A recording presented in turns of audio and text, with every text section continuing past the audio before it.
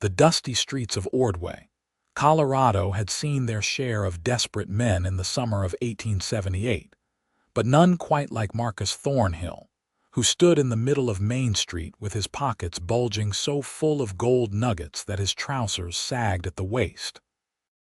He was shouting loud enough for the entire town to hear, his voice carrying through the hot afternoon air like the whistle of a steam engine, proclaiming his wealth and his intentions to win the hand of Miss Molly Patterson, the schoolteacher who had arrived in town just 3 months prior. Every person within earshot knew that Marcus had struck it rich in the mountains, and now he seemed determined to spend every ounce of that fortune proving himself worthy of the pretty young woman with chestnut hair and gentle brown eyes, who taught the children their letters in the small schoolhouse at the edge of town. Molly herself stood frozen on the wooden sidewalk outside the general store, her basket of supplies clutched in both hands, her cheeks burning with embarrassment as Marcus continued his boisterous display. She was 22 years old, had come west from Philadelphia to escape the suffocating expectations of her wealthy family, and the last thing she wanted was to be treated like some prize to be purchased with gold dust and empty promises. The other townspeople had gathered to watch the spectacle, some amused, others uncomfortable, but all curious to see how the refined schoolteacher would respond to the miner's crude courtship. Before Molly could find her voice to respond, a tall figure emerged from the shadows between two buildings, moving with the quiet confidence of a man who had spent more time among mountains and wildlife than among people. Gideon Parker stood well over 6 feet tall, his broad shoulders stretching the fabric of his worn flannel shirt. His muscular arms crossed over his chest as he regarded the scene with eyes the color of a winter sky. His dark hair fell past his collar, tied back with a leather cord, and his tanned face bore the weathered lines of a man who lived by his own rules in the high country. He had come into town for supplies, as he did once every few weeks, and now he found himself witnessing something that made his jaw tighten with disapproval. Marcus was still talking, pulling gold nuggets from his pockets and holding them up for everyone to see. "Miss Patterson, with this gold I can give you anything your heart desires. A fine house, the finest dresses from Denver, servants to wait on you hand and foot. You would never have to work another day in your life, never have to stand in that dusty schoolhouse teaching ungrateful children their numbers. Say you will be my wife, and all of this is yours." The crowd murmured, some impressed by the display of wealth, others troubled by the presumption in Marcus's words. Molly's hands tightened on her basket until her knuckles turned white. She had been raised to be polite, to mind her manners even in difficult situations, but something about this moment broke through her careful composure. "Mr. Thornhill," she said, her voice steady despite the tremor she felt inside, "I appreciate your interest, but I must decline. I came to Colorado to teach, not to be bought like merchandise in a store window. I wish you well, but I cannot accept your proposal." Marcus's face darkened, his expression shifting from confident to indignant in the span of a heartbeat. "Cannot accept? Do you know how many women would jump at this opportunity? I am offering you a life of luxury, woman. Do not be foolish." Gideon moved then, his boots making soft sounds against the packed dirt as he stepped into the street. He was not a man given to interfering in other people's business, but something about the way Marcus had spoken to Molly, the dismissive tone, and the assumption that his gold could override her clearly stated wishes, struck a nerve deep within him. "The lady said no," Gideon said, his voice low but carrying enough weight that Marcus turned to face him. "Best you accept that and move along." Marcus looked Gideon up and down, taking in the mountain man's rough clothing and weathered appearance. "This does not concern you, stranger." Go back to whatever hole you crawled out of." Gideon did not rise to the bait. He simply stood there, solid as the mountains themselves, his gaze never wavering from Marcus's face. "It concerns me when a man does not know how to accept a lady's answer. She said no. That should be the end of it." For a moment, tension hung thick in the air, and Molly found herself holding her breath, afraid that violence might erupt right there in the middle of town. But Marcus, for all his bluster, seemed to recognize something in Gideon's stance that warned him against pushing further. With a disgusted snort, he shoved the gold nuggets back into his pockets and stomped off toward the saloon, muttering curses under his breath. The crowd began to disperse, people returning to their business now that the entertainment had ended. Molly remained where she stood, her heart still racing, and turned her attention to the man who had intervened on her behalf. Gideon was already turning to leave, clearly uncomfortable with the attention, but she called out before he could disappear back into the shadows. "Wait, please." He paused, his back still to her, and she hurried across the street, her skirts kicking up small clouds of dust. When she reached him, she had to tilt her head back to meet his eyes, and she was struck by the unexpected gentleness she saw there, so at odds with his imposing physical presence. "Thank you," she said simply. "That was very kind of you." Gideon shrugged, looking uncomfortable with her gratitude. "Anyone would have done the same." "But they did not," Molly pointed out, gesturing to the now mostly empty street. "You did. I appreciate it more than I can say." "I am Molly Patterson." "Gideon Parker," he replied, and his voice had a rough quality to it, as though he did not use it often. "I am sorry if I overstepped. You seemed like you had the situation well in hand." A small smile tugged at Molly's lips. "I did, but I am grateful for the support nonetheless." "Do you live here in Ordway?" "No, madam. I have a cabin up in the mountains, about a day's ride from here. I only come to town when I need supplies." They stood there for a moment, an oddly comfortable silence stretching between them, despite having just met. Molly found herself curious about this quiet mountain man who had stepped forward when no one else would, and Gideon found himself reluctant to walk away, though he could not quite name the reason why.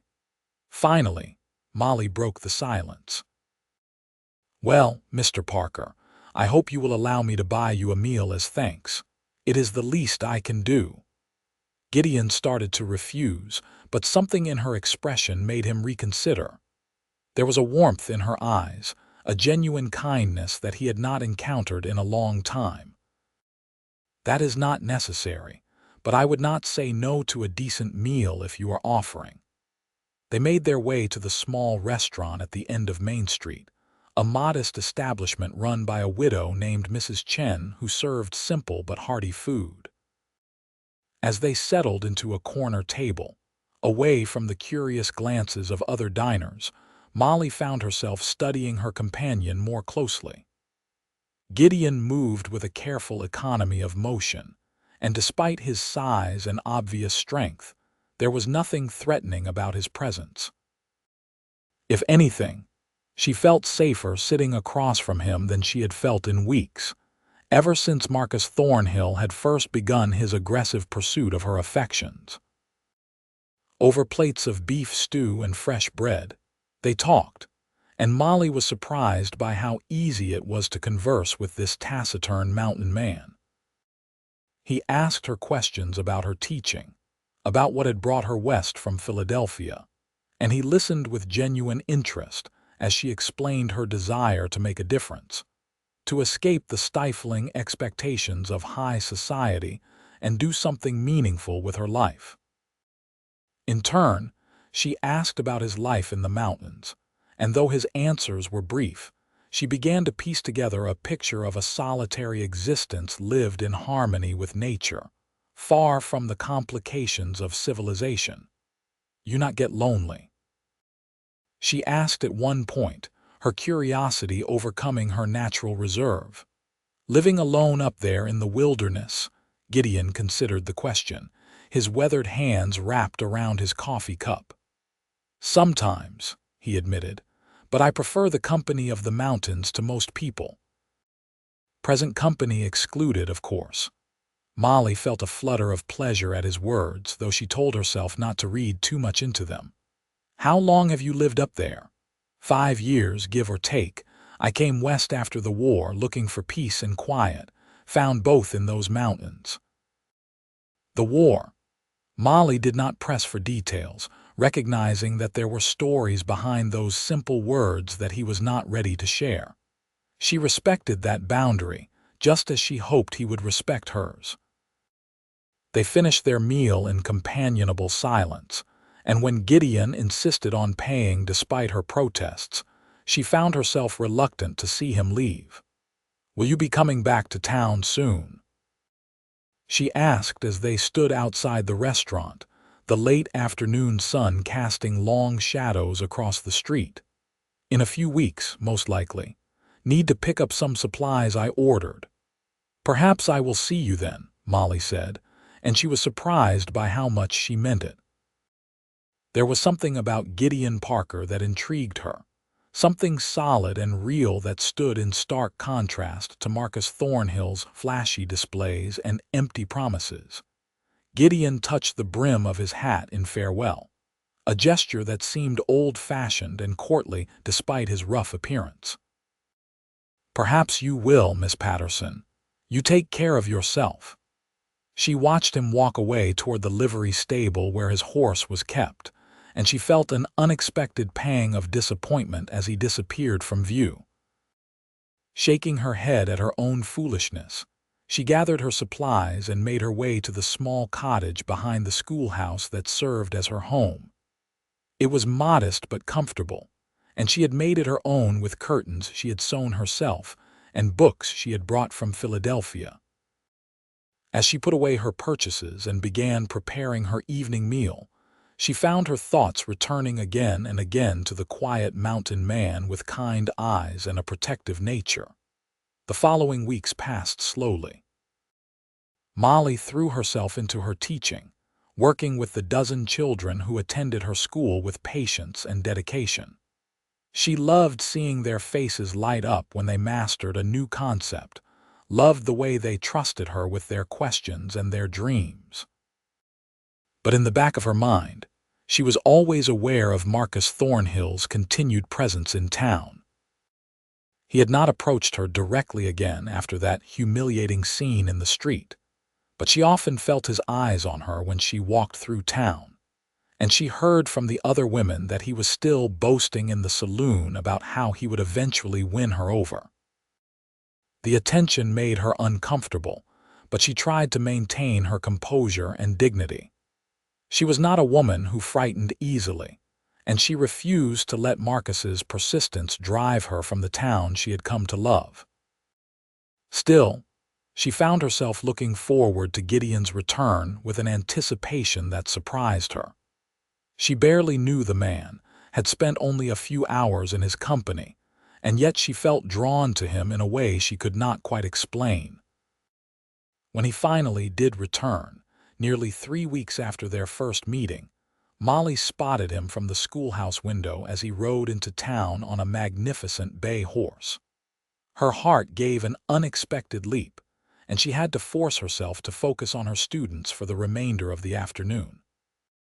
When the school day ended and the children had been collected by their parents, she tidied her classroom with unusual haste and made her way into town, telling herself she was simply going to the general store for some lamp oil she needed. She found Gideon at the livery stable, checking on his horse after what had clearly been a long ride. He was dressed much as he had been before, in worn but clean clothes that emphasized his powerful build, and his hair was loose around his shoulders, gleaming almost black in the late afternoon light. When he caught sight of her approaching, something flickered in his expression, something that might have been pleasure quickly masked by his usual reserve. "Miss Patterson," he greeted her, and there was a warmth in his voice that had not been there the first time they met. Good to see you again.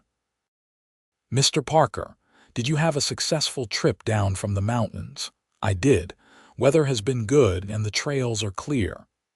He hesitated, then added, I was hoping I might run into you while I was in town.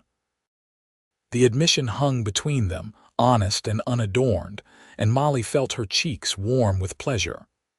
Were you? I am glad, then, that I happen to need lamp oil this afternoon. A smile tugged at the corner of Gideon's mouth, the first real smile she had seen from him. It transformed his face, softening the hard lines and making him look younger, less weary. Is that so? Well, I would be happy to carry that lamp oil for you once you have purchased it. They fell into step together, walking toward the general store with an ease that suggested they had known each other far longer than they actually had. As they walked, Gideon asked about her students, about how her teaching was going, and Molly found herself telling him things she had told no one else in town, about her hopes for her students, about the challenges she faced in trying to provide them with a real education despite limited resources. You care deeply about them, Gideon observed, and it was not a question. I do. They deserve someone who cares, someone who sees their potential and helps them reach it. So many people dismiss them because they are frontier children, as though being born in a small town somehow makes them less worthy of a good education. There was passion in her voice, and Gideon found himself admiring her conviction, her determination to make a difference.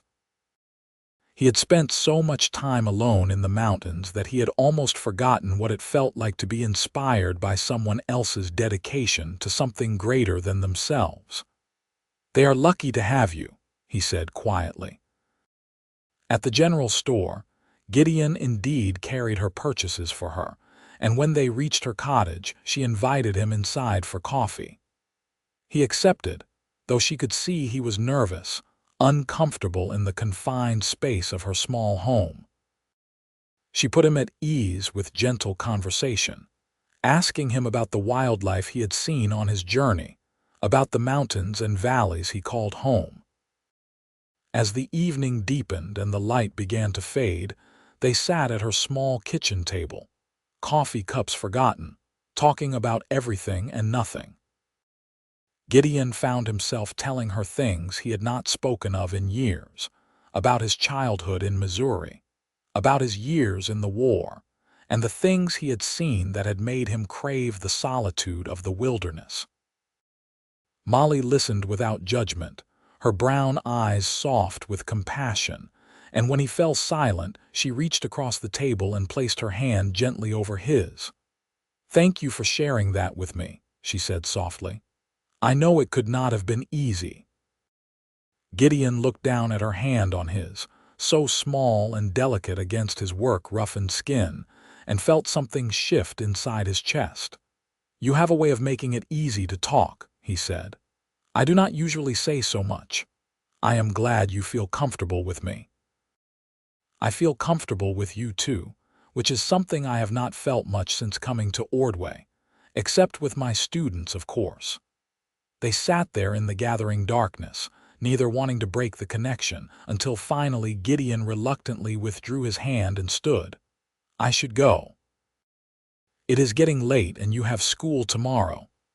Molly walked him to the door, and as he stepped out into the night, she called after him. Will you come back?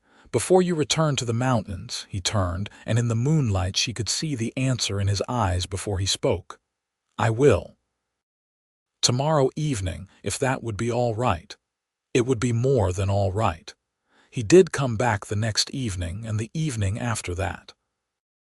Each visit grew easier, more natural, as they learned more about each other and discovered an unexpected compatibility, despite their very different backgrounds and lifestyles. Gideon found himself staying in town longer than he had planned, making excuses about supplies he needed to wait for, about his horse needing rest, though they both knew the real reason he delayed his departure. And Molly found herself thinking about him constantly, looking forward to their evenings together, with an anticipation that made it hard to concentrate on her teaching during the day. On his fourth evening in town, as they sat on the porch of her cottage watching the stars emerge in the darkening sky, Molly asked the question that had been on her mind for days. "Why do you live alone up there, Gideon? Is it only because of the war, or is there more to it?" He was quiet for a long time, and she thought perhaps she had overstepped, had pushed too hard into territory he was not ready to share. But finally he spoke, his voice low and rough with old pain. "I was engaged once before the war. Her name was Sarah. She promised to wait for me, and I believed her. But when I came back, changed by what I had seen and done, she did not want anything to do with me. Said I was not the same man she had agreed to marry, and she was right. I was not. She married someone else within 6 months, and I realized I did not fit into civilized society anymore. So I came west, looking for a place where I could just be myself, scars and all." Molly's heart ached for him, for the young man he had been who had gone off to war full of hope and had come back broken in ways that could not be easily mended. "I am sorry she hurt you like that," she said softly, "but her loss was perhaps meant to be. You deserve someone who will accept all of you, not just the parts that are easy to love." Gideon turned to look at her, and in his eyes she saw a vulnerability that took her breath away. "And do you think such a person exists, for someone like me?" "I know they do," Molly said, her voice steady with conviction. "I believe everyone deserves to be loved for who they truly are, including you." The moment stretched between them, charged with unspoken possibility, and Gideon felt himself leaning toward her almost without conscious thought. But before anything could happen, the spell was broken by the sound of heavy footsteps and Marcus Thornhill's voice cutting through the night air. "Well, is this not cozy? The prissy schoolteacher and the filthy mountain man, sitting in the dark like a pair of lovebirds." Gideon was on his feet in an instant, positioning himself between Molly and Marcus, his body tense and ready. "You need to leave," he said, his voice carrying a note of warning that would have made a wiser man reconsider his actions. But Marcus had been drinking, and alcohol had inflamed both his courage and his sense of entitlement. "I need to leave. This is my town, mountain man. I have spent good money here, bought rounds for everyone in the saloon, contributed to the church fund. What have you done? You drift in and out like some kind of ghost, and now you think you can steal what is rightfully mine." "Miss Patterson is not property to be stolen," Gideon said, his voice dangerously quiet. "And she has made it clear she wants nothing to do with you. You need to respect that and move on." Marcus took a step closer, his face flushed with anger and alcohol. "She does not know what she wants. She is just a confused woman who needs a man to show her where she belongs, and it will not be with some hermit who lives in a cave and talks to animals." Molly stepped around Gideon, her own anger rising. "Mr. Thornhill, I am perfectly capable of knowing my own mind. I have told you repeatedly that I am not interested in your courtship, and yet you persist in harassing me. This is my home, and you are trespassing. I must ask you to leave immediately." "Or what?" Marcus sneered. "You will have your pet mountain man here throw me out. Let him try." Gideon did not wait for further provocation. He moved with surprising speed for a man his size, grabbing Marcus by the collar and half dragging, half marching him away from Molly's cottage. Marcus struggled and cursed, but it was like fighting against granite. Gideon's grip was unbreakable, his strength undeniable. He walked Marcus all the way to the edge of town before releasing him with a warning. "You stay away from Miss Patterson. You do not speak to her. You do not look at her. You do not go near her cottage or her school. If I hear that you have bothered her again, we will have a very different conversation. Do you understand me?" Marcus stumbled backward, his bravado crumbling in the face of Gideon's barely controlled fury. "You cannot tell me what to do. I will report you to the sheriff." "You do that," Gideon said evenly. "And while you are at it, explain to him why you were harassing a woman on her own property after she has repeatedly told you to leave her alone. I am sure he will be very interested in hearing that story." He stood there, immovable, until Marcus finally turned and stumbled off into the night, still muttering threats but making no move to return. Only when he was sure the miner was truly gone did Gideon return to Molly's cottage, where he found her standing on the porch, her arms wrapped around herself, looking shaken but resolute. "Are you all right?" he asked, his anger immediately giving way to concern. "I am fine," she said, though her voice trembled slightly. "Thank you for dealing with him. I am sorry you had to witness that ugliness. You have nothing to apologize for. His behavior is not your fault." Gideon hesitated, then added, "I think I should stay in town a few more days just to make sure he does not try anything else." "You do not have to do that. I do not want to keep you from your home." "You are not keeping me from anything. I want to stay to make sure you are safe." "Please, let me do this." Molly looked into his eyes and saw the sincerity there, the genuine concern that had nothing to do with showing off or proving his worth, and everything to do with simply caring about her well-being. It was so different from Marcus's aggressive pursuit, from his assumption that his wealth entitled him to her attention. Gideon asked for nothing except the chance to ensure she was safe, and that simple act of kindness touched her more deeply than any grand gesture ever could. "All right," she agreed softly. "I would feel better knowing you were nearby, at least for a few days." Gideon nodded, relief evident in his expression. "I will get a room at the boarding house. If you need anything, anything at all, you send word and I will be here immediately." Over the following days, Gideon became a familiar presence in Ordway. He spent his mornings doing odd jobs around town, repairing a fence here, helping to build an addition to the church there, and his evenings with Molly. The townspeople, who had initially been wary of the taciturn mountain man, began to warm to him as they saw his willingness to help anyone who needed it. His patience with the children who followed him around asking endless questions about mountain lions and bears.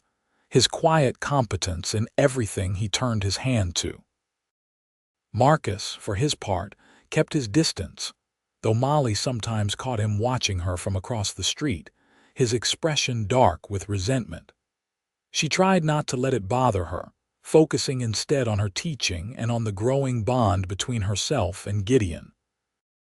They spent hours together, walking along the creek that ran behind the schoolhouse, talking about their dreams and fears, sharing stories from their pasts and hopes for their futures. One afternoon, as they sat by the water watching the sun paint the sky in shades of gold and crimson, Molly asked, "Do you ever think about living somewhere other than your cabin, about being part of a community again?" Gideon picked up a smooth stone and turned it over in his hand, considering his answer. "I used to think that part of my life was over, that I would never want to be around people again. But lately, I have found myself wondering if maybe I was wrong. There are things I miss about being part of something larger than myself." "What changed?" Molly asked, though she thought she might already know the answer. He looked at her then, his gaze steady and warm. "I met someone who reminded me that not all people are cruel or shallow. Someone who showed me that kindness and intelligence and genuine caring still exist in this world. You changed things for me, Molly. You made me want to be part of the world again." Molly felt tears prick her eyes at his words, at the raw honesty in his voice. "You have changed things for me too, Gideon. Before you, I felt so alone here, so uncertain whether I had made the right choice in coming west. But you made me feel seen, heard, valued in a way no one else has. You never tried to change me or buy my affection. You just accepted me as I am." "That is all anyone should do," Gideon said simply. "You are perfect as you are." They sat there as the sky darkened and the first stars appeared, their hands intertwined, both of them feeling that they stood on the precipice of something significant, something that could change the course of their lives. When Gideon finally walked Molly back to her cottage, he paused at the door, his eyes searching hers. "I need to tell you something," he said, his voice rough with emotion. "I came to town this time just for supplies, like always, but I am staying because of you. These past weeks have been the happiest I have been in years, maybe ever. I know we have not known each other long, but I feel like I have been waiting my whole life to meet you. I am falling in love with you, Molly Patterson, and I needed you to know that." Molly's breath caught in her chest, her heart racing with joy and fear and hope all tangled together. "I am falling in love with you too, Gideon Parker. It scares me how much I feel for you, how quickly these feelings have grown, but I cannot deny them. I do not want to deny them." Gideon reached up and cupped her face gently in his large, calloused hand, his thumb brushing across her cheekbone with infinite tenderness. "May I kiss you?" he asked, his voice barely above a whisper. "Please," she breathed, and then his lips were on hers, gentle and sweet and full of promise. It was a kiss that spoke of patience and respect, of desire tempered with care, and when they finally pulled apart, both of them were trembling. Gideon rested his forehead against hers, his eyes closed, and whispered, "I should go before I do something improper. But know that every moment I am away from you, I am thinking of you." "I think of you constantly," Molly admitted. "Be safe, Gideon. Come back to me in the morning." He left reluctantly, looking back at her several times as he walked toward the boarding house, and Molly stood on her porch watching him go, her fingers touching her lips, her heart so full she thought it might burst. She had come to Colorado seeking independence and purpose, and she had found both. But she had also found something she had not been looking for, something infinitely precious. A man who valued her for who she was, who asked nothing of her except the privilege of being by her side. The next few weeks passed in a golden haze of happiness. Gideon extended his stay in Ordway again and again, finding reasons to remain even as the calendar rolled toward autumn. He rented a small house at the edge of town, no longer content with the impersonal lodgings at the boarding house, and began to establish something he had not had in years, a real home.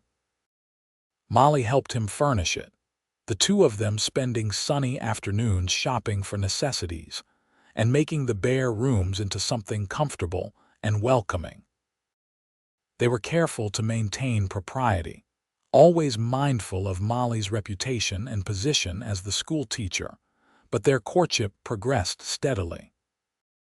Gideon began attending church services with her on Sundays, sitting beside her in the pew, and enduring the curious stares of the other townspeople with patient good humor. He helped her organize a community picnic to raise funds for new books for the school, using his considerable strength to move tables and set up the event, and charming the parents with his gentle manner and obvious devotion to their teacher. As word spread about their relationship, most of the townspeople expressed their approval. They could see how happy Molly was, how Gideon treated her with unfailing courtesy and respect, and they appreciated the way he had integrated himself into their community, always willing to lend a hand wherever it was needed. But there was one person who grew increasingly bitter as he watched their romance blossom. Marcus Thornhill had not given up his obsession with Molly, though he had learned to be more circumspect in expressing it.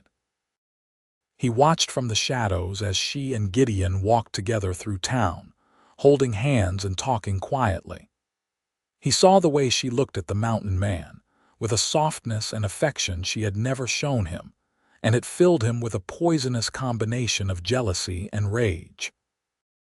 In his mind, twisted by pride and alcohol, he convinced himself that Gideon had somehow tricked Molly, had used some kind of backwoods charm to bewitch her away from the life of comfort Marcus could provide. He began plotting, scheming, looking for ways to drive a wedge between the couple and win Molly for himself.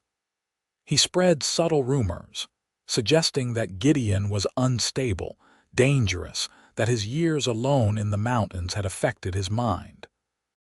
He made veiled threats about what might happen to a woman who tied herself to a man who lived outside civilization. But his efforts gained no traction. The people of Ordway had come to know Gideon themselves, had seen his character firsthand, and they did not believe Marcus's poisonous insinuations. Frustrated by his failure to turn public opinion against Gideon, Marcus decided on more direct action. He began watching Molly's cottage at night, noting when Gideon left after his evening visits, charting the patterns of their lives with an obsessive attention to detail. He told himself he was looking for evidence of impropriety, something he could use to damage Molly's reputation and force her to turn to him for protection and restoration of her good name. But in truth, he was simply feeding his obsession, unable to let go of the idea that she should be his.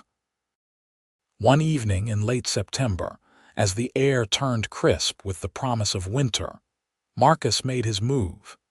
He had learned that Gideon was planning to make a quick trip back to his mountain cabin to close it up for the season, intending to spend the winter in town near Molly. The mountain man would be gone for 2 days, and Marcus saw his opportunity. On the first night of Gideon's absence, he made his way to Molly's cottage, carrying with him a small fortune in gold and a heart full of determination to make her see reason. Molly was preparing for bed when she heard the knock at her door. Thinking it might be one of her students' parents with an urgent message, she opened it without hesitation, only to find Marcus standing on her threshold, his eyes glittering with an intensity that frightened her. "Mr. Thornhill, what are you doing here? It is late, and it is not appropriate for you to be calling at this hour." "I need to speak with you, Miss Patterson. It is important." Without waiting for an invitation, he pushed past her into her cottage, and Molly felt a surge of alarm. "You need to leave immediately. If you have something to say to me, you can say it in town, in public, during daylight hours." Marcus turned to face her, and she saw that he had been drinking, though he was not as intoxicated as he had been on previous encounters. He was sober enough to be calculating, and that made him more dangerous. "I have been patient," he said, his voice tight with suppressed emotion. "I have given you time to see the error of your judgment. But you continue to throw yourself at that mountain savage, and I cannot stand by and watch you ruin your life. My life is not your concern, and my choices are mine to make. Now please leave before I scream and wake the neighbors." "Scream if you want," Marcus said, moving closer. "But first, look at this." He pulled a leather pouch from his coat and dumped its contents on her kitchen table. Gold nuggets spilled across the wood, gleaming in the lamplight, more wealth than most people in Ordway would see in a lifetime. "This is just a fraction of what I can give you. Jewels, fine clothes, a mansion in Denver if you want one. I can give you the world, Molly. All you have to do is send that mountain man away and agree to be my wife." Molly looked at the gold, then at Marcus, and she felt a cold clarity settle over her. "You really do not understand, do you? You think everything can be bought, that people are just commodities to be acquired with enough money. But I am not for sale, Marcus. My heart is not for sale. I love Gideon, and no amount of gold will change that. He won my heart by being kind, by being patient, by treating me like a person rather than a prize. Something you have never done and clearly never will." Marcus's face contorted with rage. "You are a fool. You would choose poverty and hardship with that scarred, broken man over comfort and security with me. Every single time, Molly said firmly. Now take your gold and leave my home. Do not come back. This is your final warning. For a moment, she thought he might become violent, might lash out in his fury. But before he could move, the door burst open and Gideon filled the frame, his eyes blazing with protective fury.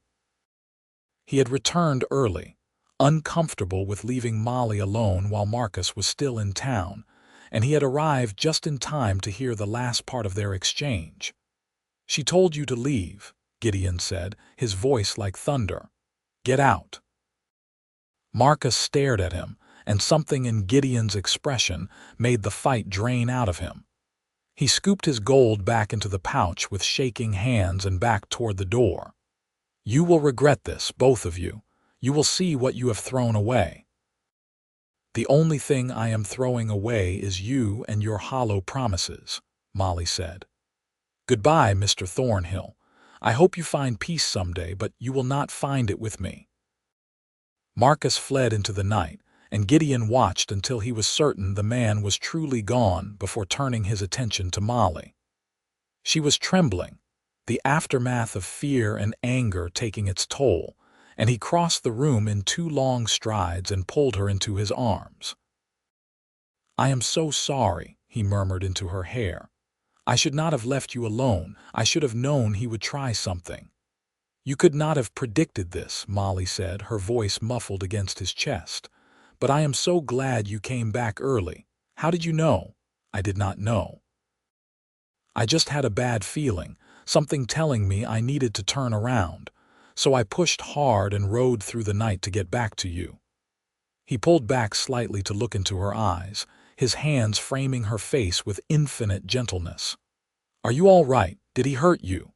"No, he did not touch me. He just kept trying to buy my affection, as though I were some object in a shop window.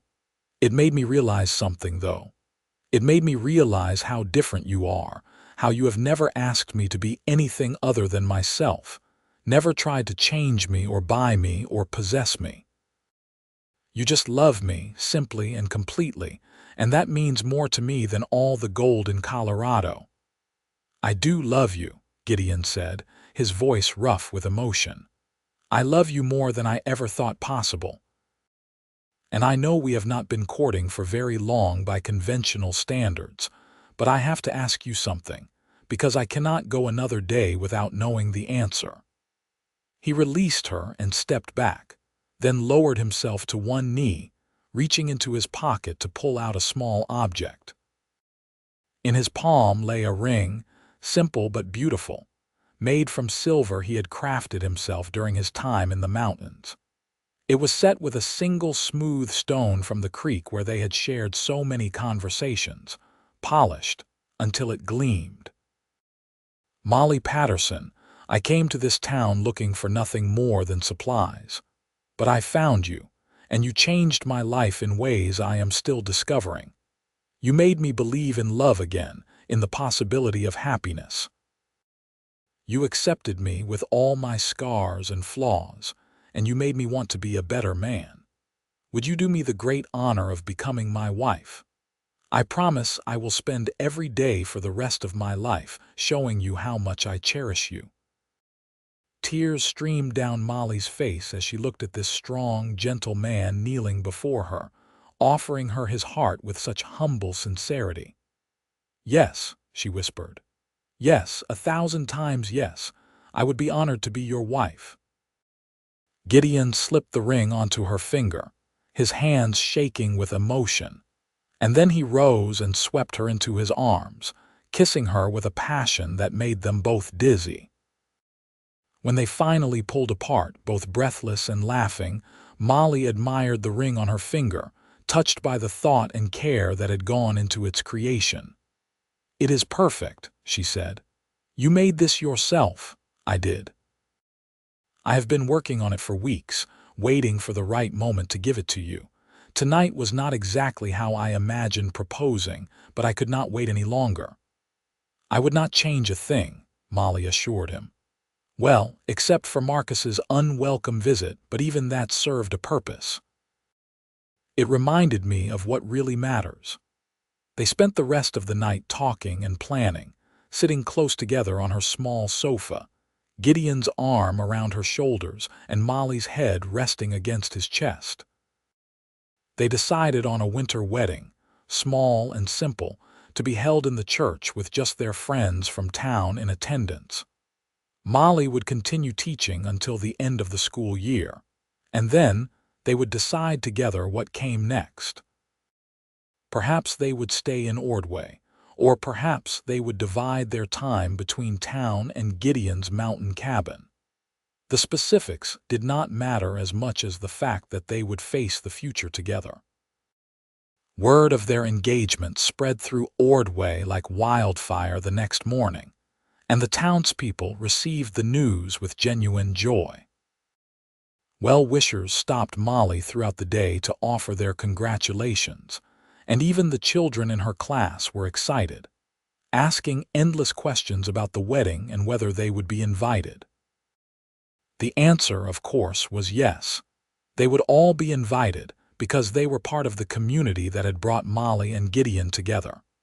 Marcus Thornhill, upon hearing the news, finally seemed to accept defeat. He was seen leaving town the following day, his mule loaded with his possessions and his pockets still bulging with gold. Some said he was heading to Denver, others that he was going to try his luck in the mining camps of Leadville. Wherever he went, he left Ordway behind, and Molly felt a weight lift from her shoulders with his departure. She wished him no ill will, but she was profoundly relieved to know she would no longer have to endure his unwanted attention. The weeks leading up to the wedding passed in a flurry of preparations. The women of the town rallied around Molly, helping her sew her wedding dress, a simple but elegant gown of cream-colored silk that made her look like an angel. Mrs. Chen offered to prepare the wedding feast, and the church ladies decorated the small building with evergreen boughs and white ribbons, transforming it into a winter wonderland. Gideon, for his part, prepared their home with meticulous care. He had decided to expand the small house he had rented, adding a bedroom and a proper study where Molly could prepare her lessons and keep her beloved books. He worked from dawn until dusk, and several of the town's men joined him, grateful for the help he had provided them over the months and happy to return the favor. By the time the wedding day arrived, the house was ready, furnished and warm and welcoming, a true home waiting for its mistress. On a cold December morning, with snow falling gently outside and the church glowing with candlelight, Molly Patterson and Gideon Parker were married. Molly walked down the aisle alone, having no family present but feeling surrounded by the love and support of her community. When she reached the altar and placed her hand in Gideon's, she felt a sense of absolute rightness, as though every choice she had ever made had led her to this moment. Gideon looked magnificent in a new suit, his long hair neatly tied back, his eyes never leaving Molly's face as they spoke their vows. When the minister pronounced them husband and wife and gave Gideon permission to kiss his bride, the church erupted in cheers and applause. The kiss was tender and sweet, full of promise for the life they would build together. The reception that followed was a joyous affair. The entire town seemed to have turned out to celebrate, bringing food and drink and good wishes. Children ran through the church hall playing games, while the adults danced to the music provided by a fiddler and a guitarist from one of the outlying ranches. Molly and Gideon moved through the crowd, accepting congratulations and thanks, both of them glowing with happiness. As the evening wore on and the party began to wind down, Gideon leaned close to Molly and whispered, "Ready to go home, Mrs. Parker?" "More than ready," she replied, and the look they exchanged made several of the older women smile knowingly. They slipped away from the reception and walked through the snow-covered streets to their home, Gideon carrying Molly over the threshold in the traditional manner, though he took care not to bump her head on the doorframe. Inside, a fire crackled merrily in the hearth, left burning by friends who had come earlier to prepare the house for the newlyweds. The bedroom was warm and inviting, and as Gideon closed the door behind them, shutting out the world, Molly felt a thrill of nervousness and anticipation. "Are you scared?" Gideon asked gently, seeing the flutter of uncertainty in her eyes. "A little," she admitted, "but I trust you completely." "I will be gentle," he promised. "We will go as slowly as you need. This night is about us coming together as husband and wife, and I want it to be beautiful for both of us." And it was beautiful. Gideon was as good as his word, patient and tender, guiding her through her nervousness with soft words and gentle touches. He showed her with his body what he had been telling her with his words for months, that she was precious to him, cherished, loved beyond measure. And when they finally came together in the most intimate way, it felt like a completion, two souls joining to become something greater than they had been separately. Afterward, they lay tangled together beneath the quilts, Molly's head on Gideon's chest, listening to the steady beat of his heart. "I love you," she whispered into the darkness. "I am so grateful that you walked into that street when you did, that you chose to stand up for me." "I love you too," Gideon replied, pressing a kiss to the top of her head. "And I would make that same choice 1,000 times over if it meant ending up here with you." They fell asleep that way, wrapped in each other's arms, two people who had found in each other exactly what they had been missing, even when they had not known they were searching. The winter passed in a haze of domestic bliss. Molly continued to teach, throwing herself into her work with renewed energy, while Gideon took on various jobs around town, using his considerable skills to help his neighbors while earning enough to support his new family. In the evenings, they would return to their warm home, sharing meals and conversation and laughter, building the kind of life together that neither had dared to hope for when they first met. When spring arrived, bringing with it the promise of renewal and new beginnings, Molly discovered she was pregnant. She told Gideon one evening as they sat on their porch watching the sunset, her hand pressed to her still flat stomach, her eyes bright with joy and a touch of fear. Gideon's reaction was everything she could have hoped for. He pulled her into his arms, holding her so tightly she could barely breathe, and when he pulled back, she saw tears streaming down his weathered cheeks. "A baby," he whispered in wonder. "We are going to have a baby. Molly, you have given me so much. A home, a purpose, a reason to believe in tomorrow, and now this.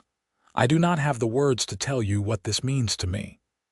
"Then show me," she said, and he did, with kisses and caresses and whispered promises of the future they would build for their child.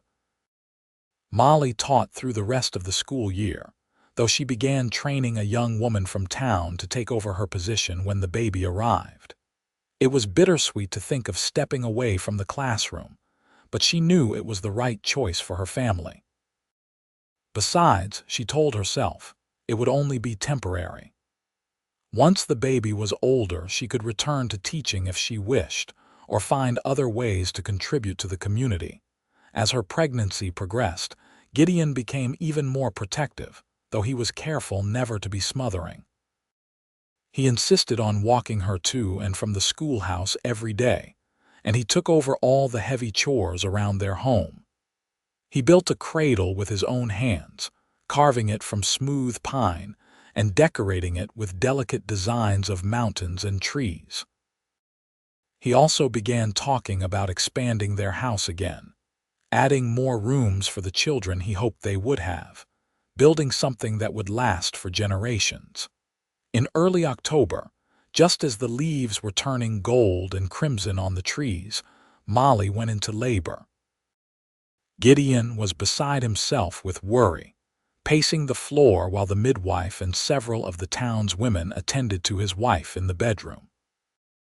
The labor was long and difficult, lasting through the night and into the following morning, and Gideon aged a decade in those hours, terrified that something would go wrong, that he would lose her just when he had found her. But Molly was strong, and when the baby finally arrived with the dawn, filling their home with lusty cries, she was exhausted but triumphant. The midwife cleaned and wrapped the infant, then brought it to Gideon, who had been allowed into the room now that the danger had passed. "You have a son," she said, placing the tiny bundle in his large, trembling hands. "A healthy, beautiful boy." Gideon looked down at the baby in his arms, this perfect little person he and Molly had created together, and felt his heart expand in ways he had not known were possible. The baby had a shock of dark hair and eyes that would likely turn gray like his father's, and he gazed up at Gideon with an expression of such trust and innocence that it took the mountain man's breath away. "Hello, little one," Gideon whispered. "I am your papa, and I promise you I will spend every day of my life making sure you feel loved and safe and valued. You and your mama are my whole world."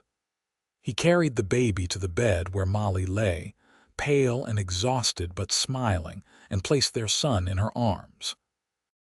She looked down at the tiny face and felt tears of joy stream down her cheeks. "He is perfect," she breathed. "Absolutely perfect. What should we name him?" They had discussed names throughout the pregnancy, but now that the baby was here, Gideon found himself thinking of his own father, a good man who had died when Gideon was young but whose memory had always remained a source of strength. "What about Henry?" he suggested. "After my father." "Henry Parker." "Henry," Molly repeated, testing the name on her tongue. "Yes, I love it. Henry Parker. Welcome to the world, sweet boy."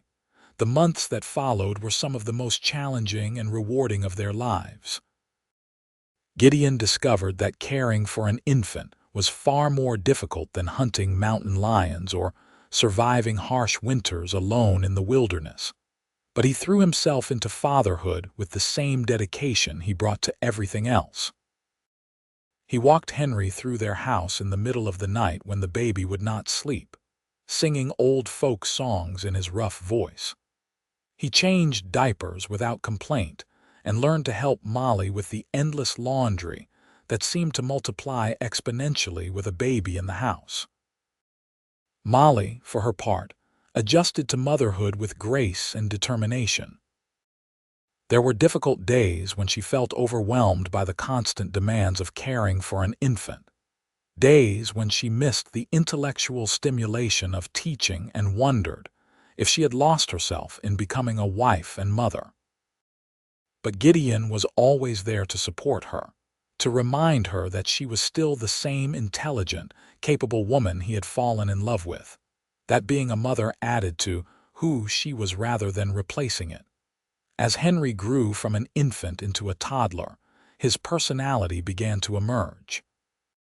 He had his father's serious gray eyes and his mother's ready smile, and he showed an early curiosity about the world that delighted both his parents. Gideon would take him on long walks, pointing out birds and plants and teaching him the names of things, while Molly read to him from her extensive library, nurturing in him a love of stories and learning. When Henry was 2 years old, Molly discovered she was pregnant again. This time, she was less frightened and more excited, confident in her ability to handle whatever came. Gideon was overjoyed at the prospect of another child, and Henry, though too young to fully understand, seemed to sense that something important was happening. This second pregnancy was easier than the first, and when Molly went into labor in the spring of 1881, the delivery was mercifully quick. This time, the midwife emerged from the bedroom with a smile and announced, "You have a daughter, Mr. Parker, and she is as pretty as her mother." Gideon held his daughter for the first time and felt his heart, which he had thought could not expand any further, somehow make room for this new love. She was tiny and perfect, with wisps of chestnut hair like her mother's and a rosebud mouth that pursed in concentration as she looked up at him. "She is beautiful," he said, his voice thick with emotion. "Just like you, Molly." They named her Margaret after Molly's grandmother, a woman she had loved dearly in her childhood. Little Margaret, or Maggie as they soon began calling her, proved to be a content and easy baby, so different from Henry, who had been colicky and fussy. She slept through the night almost from the beginning, and she seemed to find joy in everything, smiling and cooing at whoever held her. The Parker household was now complete, a family of 4 living in their snug house at the edge of Ordway. Gideon had long since closed up his mountain cabin, no longer needing the solitude of the wilderness when he had everything he could want right here in town. He had become a respected member of the community, serving on the town council and helping to mediate disputes with his quiet wisdom and natural sense of justice. The man who had once run from civilization had found his place within it, all because one brave schoolteacher had shown him that he was worthy of love and belonging. Molly eventually returned to teaching part-time, working with older students in the afternoons while Gideon watched the children at home. She found that she could balance both roles, that being a mother had not diminished her abilities as a teacher, but had actually enhanced them, giving her greater patience and understanding. The students loved Mrs. Parker, with her gentle manner and her refusal to give up on even the most challenging pupils. The years passed peacefully. Henry grew into a thoughtful, serious boy who loved books almost as much as his mother did and showed his father's affinity for working with his hands.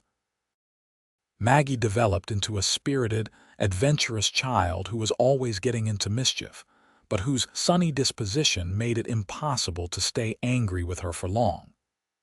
Gideon and Molly watched their children grow with pride and wonder, grateful every day for the life they had built together. On their 10th wedding anniversary, Gideon surprised Molly with a trip back to the mountains, leaving the children in the capable hands of Mrs. Chen. They rode up to his old cabin, which he had maintained over the years, even though he no longer lived there full-time, and spent 3 days alone together among the peaks and forests where Gideon had once hidden from the world. On the last evening of their trip, as they sat on the porch of the cabin watching the sun set over the mountains, Molly leaned against her husband's strong shoulder and sighed contentedly. "I remember the first time I saw you," she said softly. "Standing in that street, so big and fierce, but with such kindness in your eyes. I knew even then that you were special, that you were different from any man I had ever met." "I remember too," Gideon replied, his arm tightening around her. "I remember thinking that I had no business getting involved, that I should just get my supplies and head back to the mountains. But something about you called to me, made me want to stay. Best decision I ever made, staying in that town." "Marcus thought he could buy my affection with gold," Molly mused. "He never understood that what I wanted could not be purchased. I wanted kindness, patience, respect, genuine love. You gave me all of that and more. You gave me a family, a home, a purpose. You gave me everything I did not even know I was looking for. You gave me the same," Gideon said, turning to kiss her forehead. "I was so broken when I came west, so convinced that I would never fit in anywhere again, but you saw past my scars and my rough edges. You saw the man I could be, and you loved me into becoming him. I am a better person because of you, Molly. Everything good in my life comes from you." They sat in comfortable silence as the stars began to emerge in the darkening sky. 2 people who had found each other against all odds and had built something beautiful together. Their love story had not been conventional, had not followed the expected path, but it was theirs and it was real, and it had given them both more than they had ever dared to hope for. When they returned to Ordway, they found their children happy and healthy, full of stories about their adventures with Mrs. Chen. Henry had helped in the restaurant kitchen and had discovered a love of cooking, while Maggie had charmed every customer who came through the door with her infectious laughter. Life settled back into its comfortable rhythm, days filled with work and play, and the countless small moments that make up a life. As Henry and Maggie grew older, both children showed the influence of their parents' values. Henry became known as the boy who would defend anyone being bullied, who used his size and strength to protect those weaker than himself, just as his father had protected his mother all those years ago. Maggie developed her mother's passion for learning and her father's love of nature, spending hours exploring the creeks and hills around Ordway, and coming home with pockets full of interesting rocks and flowers. Gideon and Molly watched their children navigate the challenges of growing up with pride and occasional worry, always there to offer guidance and support. They had created not just a family but a legacy, teaching their children through word and deed that true value lies not in gold or possessions but in kindness, integrity, and love. When Henry turned 16, tall and strong like his father, but with his mother's thoughtful nature, he came to his parents with a request. He wanted to spend a summer up at the mountain cabin, learning to live off the land the way his father had. Gideon was hesitant at first, protective of his son, but Molly gently reminded him that they had to let their children find their own paths. So father and son spent that summer together in the high country, and Henry returned tanned and confident, with stories of bears and mountain lions and the profound silence of the wilderness. Maggie, when she was 14, announced her intention to become a teacher like her mother.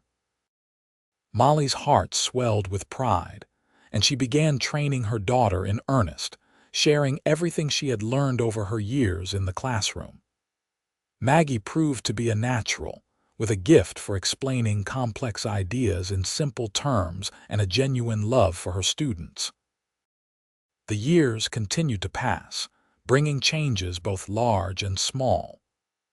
Ordway grew from a small frontier town into a thriving community, with new businesses and new families arriving regularly. Gideon and Molly grew older, their hair turning gray, lines deepening around their eyes and mouths, but their love for each other never dimmed. If anything, it deepened with time, tempered by shared experiences and strengthened by the life they had built together. When Henry was 23, he married a lovely young woman named Sarah, daughter of one of the local ranchers, and Gideon and Molly became grandparents to a beautiful baby boy they named Thomas. Watching their son hold his own child for the first time, seeing the wonder and love in his eyes, brought tears to both their eyes as they remembered holding Henry for the first time all those years ago. Maggie took over the school when Molly finally retired at 55, stepping into her mother's shoes with confidence and her own unique style. She proved to be every bit as beloved as her mother had been, and Molly would sometimes sit in on her daughter's classes, marveling at how the cycle continued, how the legacy of caring and education she had brought to Ordway was being carried forward by her own flesh and blood. On a warm summer evening in 1896, 18 years after they had first met, Gideon and Molly sat on the porch of their home, now expanded several times over to accommodate visits from their growing family. Henry and his wife had given them 3 grandchildren, and Maggie, who had married the previous year, had just announced she was expecting her first child. The house that had once held just the 2 of them now rang with the laughter and chaos of multiple generations, and neither of them would have had it any other way. You ever think about how different our lives might have been?" Molly asked, her hand clasped in Gideon's, their fingers intertwined as they had been countless times over the years. "If Marcus had never made that scene in the street, if you had not stepped forward to defend me, if any number of small things had gone differently." "I try not to think about it," Gideon admitted. "The thought of a life without you is too painful to contemplate. I prefer to focus on how grateful I am that things happened exactly as they did. Every choice, every moment led us here, and here is exactly where I want to be." "Me too," Molly said, leaning her head on his shoulder, a gesture as natural and comfortable after nearly 2 decades as it had been in the early days of their courtship. "You know, I used to wonder if I made the right choice in coming west, in leaving everything familiar behind. But I know now that it was the best decision I ever made. It brought me to you, and you brought me to this beautiful life we have created together." They sat in comfortable silence, watching the sun paint the sky in shades of orange and pink, listening to the sounds of their grandchildren playing in the yard, overseen by their devoted parents. The evening air was filled with the scent of honeysuckle and the distant sound of music from the town square, where a dance was being held to celebrate Colorado's 20th anniversary of statehood. "We should go to the dance," Molly said suddenly, sitting up and smiling at her husband. "Like we used to do when we were younger. Remember how you claimed you did not know how to dance and I taught you in our living room?" Gideon laughed, the deep rumbling sound that Molly had always loved. "I remember. I stepped on your feet more times than I can count. You learned, though. You always were a quick study when you put your mind to something. Come on, let's go show these young people how it is done." Hand in hand, they walked into town, where lanterns had been strung across the square and a small band was playing lively music. Despite their gray hair and the lines on their faces, despite the years that had passed since they first met, they moved together on the dance floor with a grace and synchronicity that spoke of deep familiarity and abiding love. Other couples paused to watch them, moved by the obvious devotion between the mountain man and the schoolteacher, who had become legends in their own right in Ordway. When the music slowed and Gideon pulled Molly close, swaying gently to the romantic melody, he bent his head and whispered in her ear, "I love you, Molly Parker. I have loved you since the moment you smiled at me outside that general store, and I will love you until my last breath and beyond." "I love you too, Gideon Parker," Molly replied, tears of happiness glistening in her eyes. "You won my heart not with gold or grand gestures, but with your kindness, your patience, your unwavering support. You showed me what real love looks like, and I am so grateful for every single day we have had together." They danced until the stars filled the sky, surrounded by their community, their family, and the love that had sustained them through nearly 2 decades of marriage. When they finally made their way home, tired but happy, they passed the schoolhouse where they had first really talked, the church where they had been married, the house where they had raised their children. Every building, every street held memories, layers upon layers of shared experiences that had woven their lives inextricably together. That night, as they prepared for bed in the room they had shared for so many years, Gideon pulled Molly into his arms and held her close, feeling her heart beat in rhythm with his own. "Thank you," he said softly into the darkness. "Thank you for seeing me, for loving me, for giving me a reason to rejoin the world. You saved me, Molly, in every way a person can be saved." "We saved each other," Molly corrected gently. "I was lost too before I found you. We healed each other, helped each other become who we were meant to be. That is what real love does. It does not diminish or possess. It expands and liberates." They fell asleep that way, wrapped in each other's arms, their breathing synchronized, two souls who had found their perfect match in the most unlikely of places. Outside their window, the Colorado night was peaceful and still, the mountains standing eternal watch over the town that had become their home and the love story that would be remembered for generations to come. The years continued to unfold, bringing with them the joys and sorrows that are part of every life. They mourned together when Mrs. Chen passed away peacefully in her sleep at the age of 85, and they celebrated when Henry and his wife welcomed their fourth child. They watched Maggie become one of the most respected teachers in the territory, carrying on her mother's legacy of compassion and dedication.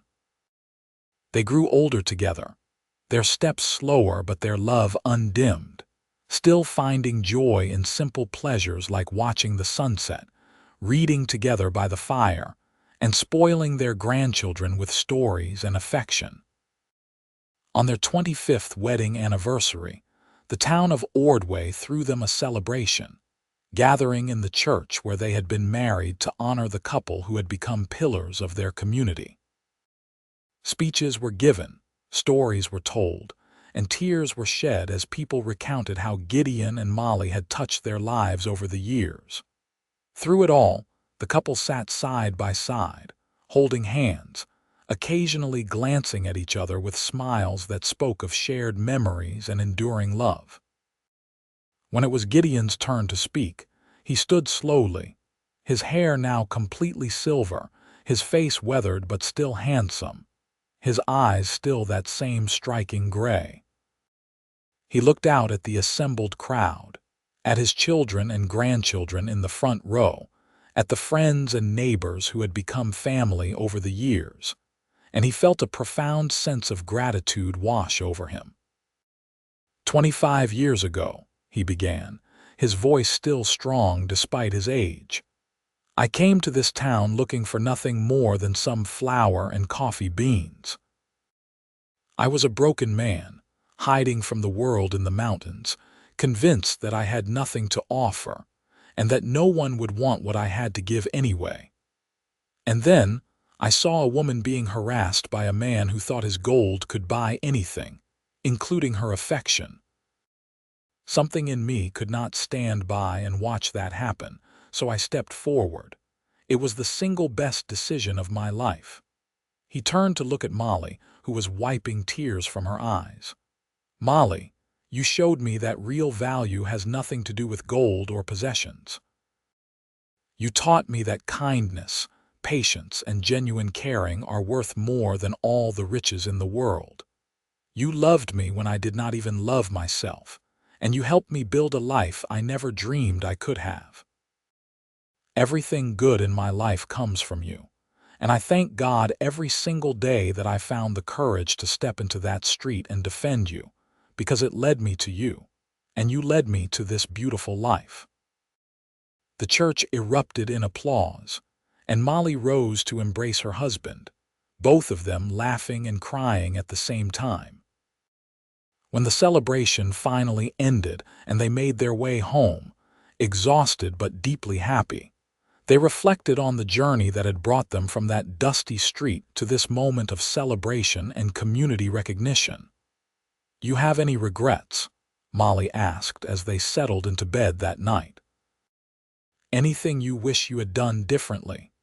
Gideon was quiet for a moment, truly considering the question. "No," he said finally. "I do not have a single regret about our life together.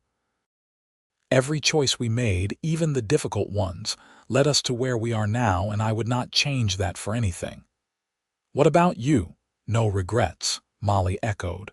"Only gratitude. Gratitude for you, for our children, for this community, for this life we have built together. We have been truly blessed, Gideon." They continued on, year after year, watching their grandchildren grow and welcoming great-grandchildren into the world. Gideon was 72, and Molly was 68 when they celebrated their 40th wedding anniversary. And by then, they were the oldest couple in Ordway, revered as living examples of what true love and commitment looked like. They moved more slowly now, and Gideon's once powerful frame had grown thinner with age, but they were still together, still devoted to each other, still finding reasons to smile and laugh every single day. On a peaceful autumn afternoon in 1903, as golden leaves drifted lazily from the trees and the air held the crisp promise of winter, Gideon and Molly sat together on their porch, wrapped in a quilt, watching the world go by. They had been married for 41 years, had raised 2 children who had given them 7 grandchildren and 3 great-grandchildren, had lived through wars and depressions, and countless personal triumphs and tragedies. Through it all, they had faced everything together, never wavering in their commitment to each other. "I have been thinking," Gideon said, his voice now thin and raspy with age, "about legacy, about what we leave behind when we are gone. What have you concluded?" Molly asked, her own voice soft but still retaining its gentle warmth. "That we have built something that will outlast us, not just our children and grandchildren, though they are certainly our greatest legacy, but also the example we set, the way we loved each other, the values we tried to live by. Henry told me the other day that when young couples in town are having troubles, people tell them to look at us, to see how we worked through difficulties with patience and kindness. That means more to me than any monument or fortune ever could." "We have been lucky," Molly said, squeezing his hand gently. "Lucky to have found each other, lucky to have had all these years together, lucky to have been able to build this beautiful life. Not everyone gets that, Gideon. We have been truly blessed." They sat in companionable silence, as they had done thousands of times over the decades, content in each other's presence, needing no words to communicate the depth of their love and connection.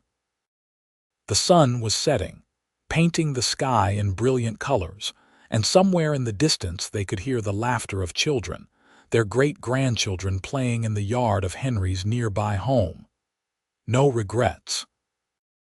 Gideon asked one more time, an echo of a conversation they had had so many times over the years. "No regrets," Molly confirmed, her voice filled with certainty and peace. "Only love, only gratitude, only joy for having spent my life with you." "And I with you," Gideon replied, pressing a kiss to her silver hair. "Forever and always, my love." As the stars began to emerge in the darkening sky, they remained there together, the mountain man and the schoolteacher, the warrior and the woman of learning, 2 souls who had found each other in the vast wilderness of the American West and had created something beautiful, something lasting, something that would continue to inspire long after they were gone. Their love story was not one of grand gestures or dramatic displays, but of steady devotion, quiet kindness, and unwavering commitment. It was a testament to the truth that real love cannot be bought with gold or won with empty promises, but must be nurtured with patience, respect, and genuine caring. The miner had tried to buy her affection with gold, but the mountain man had won her heart with kindness and patience instead. And together, they had built a life that was richer than any treasure, more enduring than any fortune. And as the years folded into decades, and their story became part of the legend of Ordway, Colorado, people would remember them not for what they had possessed, but for how they had loved. And that was a legacy worth more than all the gold in the mountains Gideon had once called home.